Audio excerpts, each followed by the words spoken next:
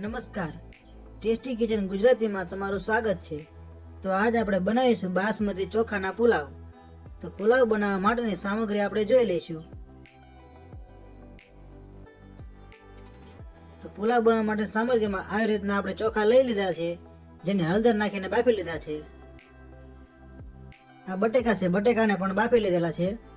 આ 2 નંગ ડુંગળી છે, આ 2 નંગ ટમેટા છે, આ બાફેલા વટાણા છે, આ લીલા ધાણા છે, આ મરચાં છે, આ હિંગ છે, આ જીરું છે, આ હળદર છે, આ લાલ મરચું છે, આ ભાજીનો મસાલો છે, આ મીઠું છે અને આ પીસેલું લસણ છે। તો હવે આપણે પુલાવ વઘારવા માટે એક બાઉલ લઈ લઈશું અને ગેસને ચાલુ કરી લઈશું।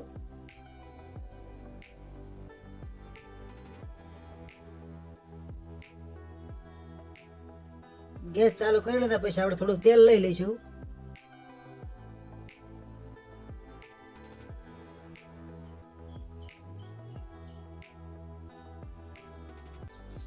તો આવી રીતના આપણે આટલું તેલ લઈ લીધું છે।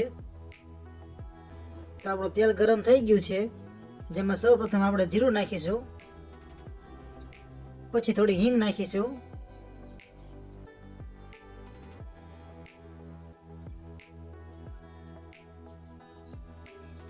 પછી પીસેલું લસણ નાખી દઈશું, પછી મરચાં નાખી દઈશું, પછી ડુંગળી નાખી દઈશું,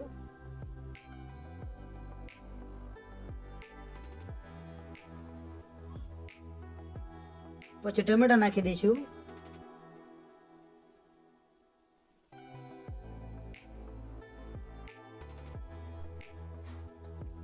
પછી થોડીક હળદર નાખીશું,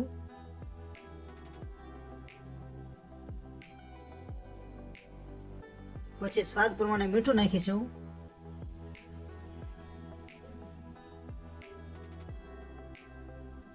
પછી કમાલપત્ર, એક સૂકું મરચું અને મીઠો લીમડો નાખીશું। તો મીઠો લીમડો, કમાલપત્ર અને મરચું તમારે ના નાખવું હોય તો સ્કીપ કરી શકાય છે।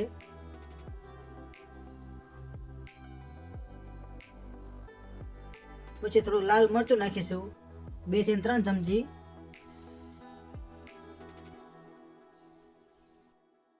થોડી વાર હલાવી લઈશું।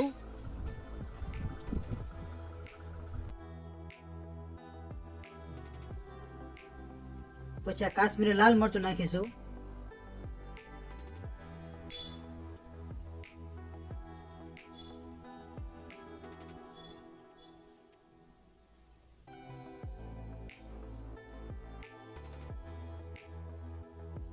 પછી બાફેલા બટેકા નાખી દઈશું,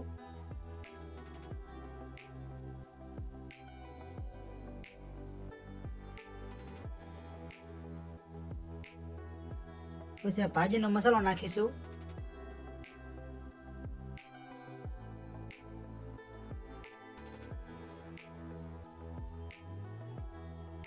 ભાજીનો મસાલો નાખવાથી પુલાવમાં ટેસ્ટ સારો આવશે।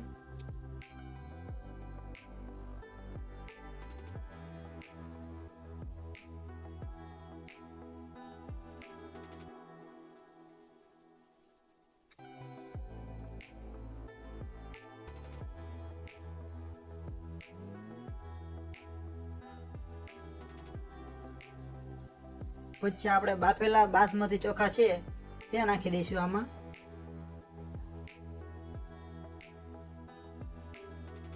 બાસમતી ચોખાને આપણે હળદર નાખીને બાફેલા છે, તે માટે થોડાક પીળા દેખાય છે।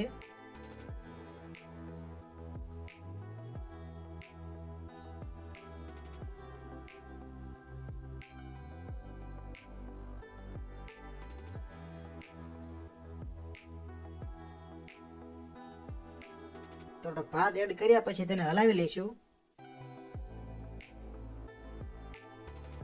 ભાત નાખ્યા પછી ગેસને થોડોક ધીમો કરી નાખવાનો છે।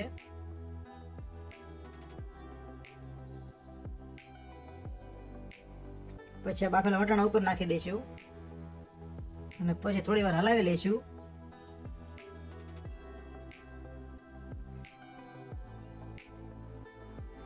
તો આવી રીતના ધીમે ધીમે હલાવી લેવાના છે। બધી જ વસ્તુ સારી રીતે મિક્સ કરી લેવાની છે।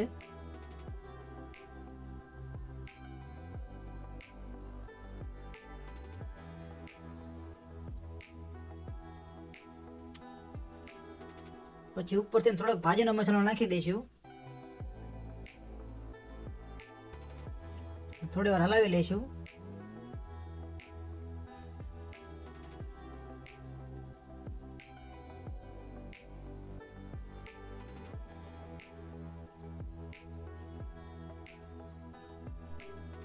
ઉપરથી થોડાક લીલા ધાણા નાખી દઈશું. તો તૈયાર છે આપણા બાસમતી ચાવલમાંથી બનાવેલા પુલાવ. તો પુલાવનો વિડીયો તમને કેવો લાગ્યો? જો વિડીયો પસંદ આવ્યો હોય તો એક લાઈક કરજો અને આવી અવનવી રેસીપી જોવા માટે અમારી ચેનલને સબસ્ક્રાઈબ કરજો.